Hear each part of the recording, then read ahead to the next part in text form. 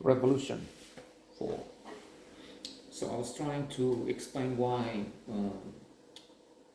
I was there in the Roman Square, what brought me there, and what was my situation, the background, as I said. And I insisted on being student,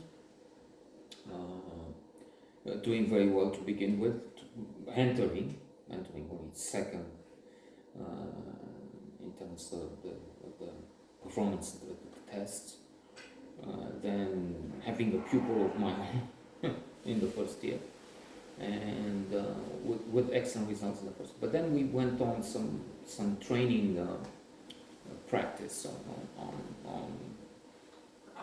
outdoors. Geologists have to looking at rocks and so on.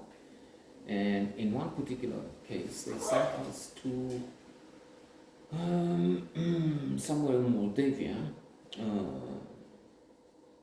I don't know where the base was, but we reached near Piatra Neamț. Near Piatra Neamț, we went to the camp where some geologists were supposed to work, but they weren't. They just played backgammon or sat around lazily.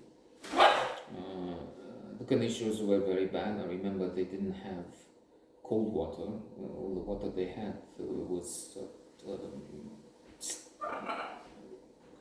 near boiling temperature because they had some pipes coming from near a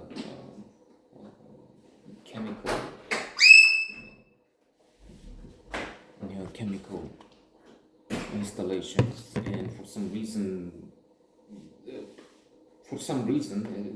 doesn't matter, they both cold and hot were extremely hot. So they had to wait to drink some water, and they had to wait for it to cool down. And other things as well were indecent, but that was the communist regime everywhere. But what was very important was the fact that they didn't work because they couldn't. Ceausescu had this idea, one of the many calamitous thoughts that damaged brain, in which he said, okay, we have the new agricultural revolution, whatever he called it, well, his sacrifice, most likely. Which meant, okay, they dedicate all their energy to get huge productions, and everything else has to stop. And that meant that those people we saw couldn't work, couldn't do any work, and they had to sit around. Unfortunately, what they called a priority in this field, in fact, was not, because in many cases, when he was supposed to hear this is a record production they had, in fact, they would have him fly around, look at the field, say,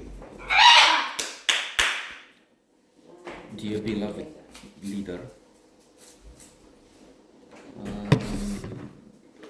look, harvesting all the work is finished, when it wasn't. They just took the tractors and spoiled the crops, ruining everything just to show the idiot that it's fine. Reminding one of Trump, somehow. Fans would do anything for the idiot. So then I said to myself, okay, so I graduate the school,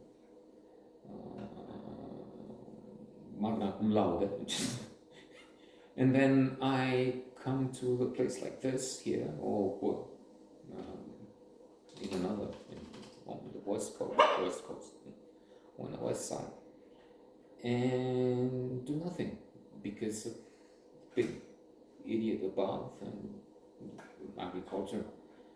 And so it made me think, okay, this is not, I'm not going to put all my energy into this university in these studies, and I have to find alternatives.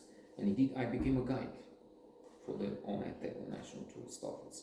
And as for studies, I said, okay, I need to take as long as possible with them, because if I finish, it was 5 years, it was considered heavy, intensive study necessary for this kind of job. Physics, mathematics, just like, because in my case I didn't know. First year, yeah, fine, intensive, fast track, a lot of energy put into it, then minimum, only to get by, sail through, get a diploma, and then see how things work. Because in the communist regime it was like that, you graduate and then you go to work where they tell you. In my case, anticipating, at the end they gave me a piece of paper which said I should go to Nusaverin, somewhere on the Danube, near the border with the then Yugoslavia, not Serbia.